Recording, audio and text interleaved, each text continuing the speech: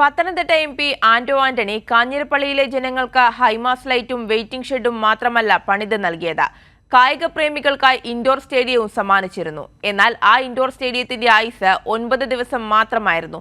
കാഞ്ഞിരപ്പള്ളിയിൽ നിന്നും പത്തനംതിട്ട ബ്യൂറോ തയ്യാറാക്കിയ റിപ്പോർട്ട് കാണാം. ഞാൻ ഈ നിൽക്കുന്നത് കാഞ്ഞിരപ്പള്ളിയിലെ വെൽഡിംഗ് വർക്ക്ഷോപ്പൊന്നുമല്ല. പകരം പത്തനംതിട്ട MP ആന്റോ ആന്റണി കാഞ്ഞിരപ്പള്ളിയിലെ വിദ്യാർത്ഥികൾക്കായി പണിത് നൽകിയ അന്താരാഷ്ട്ര നിലവാരമുള്ള ഇൻഡോർ സ്റ്റേഡിയത്തിലാണ്.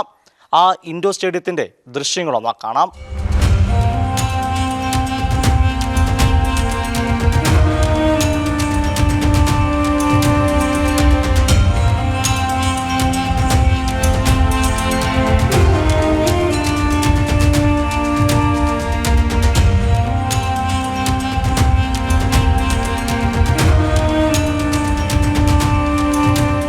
ഏതാണ്ട് 12 വർഷങ്ങൾക്ക് മുമ്പ് 12 ലക്ഷം രൂപ വകയിരുത്തി ആന്റോ ആന്റണി നിർമ്മിച്ച ഒരു ഇൻഡോർ സ്റ്റേഡിയമാണ്.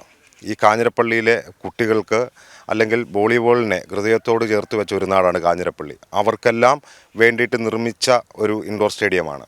ഇതിൻ്റെ നിർമ്മാണ പ്രവർത്തനങ്ങൾ നടക്കുമ്പോൾ തന്നെ വലിയ രീതിയിലുള്ള അപാകതകൾ ഈ നാട്ടിലെ ജനങ്ങളും ഉത്തരവാദിത്തപ്പെട്ടവരും ചൂണ്ടിക്കാണിക്കുമ്പോൾ ആ അപാകതകളെല്ലാം ചൂണ്ടിക്കാണിച്ചിട്ടും അതിനെയൊന്നും വകവെക്കാതെ മുമ്പോട്ട് പോവുകയും ഏതാണ്ട് ഉദ്ഘാടനത്തിന് ശേഷം 9 ദിവസം മാത്രമായിരുന്നു ഈ ഇൻഡോർ സ്റ്റേഡിയത്തിൻ്റെ ആയുസ് ഉണ്ടായിരുന്നത്. അതോടൊപ്പം തന്നെ ഇതിവിടെ മറിഞ്ഞു വീഴുമ്പോഴത്തേക്ക് ഒരു അവധി ദിവസമായിരുന്നു, ഒരു ശനിയാഴ്ച ദിവസമായിരുന്നു.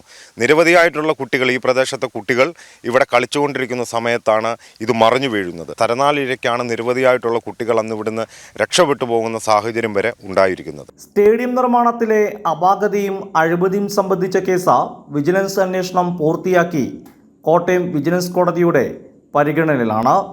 ക്യാമറമാൻ അഖിലേഷ് കുടുംബത്തോടൊപ്പം സുജു ടി ബാബു, കൈരളി ന്യൂസ്, പത്തനംതിട്ട.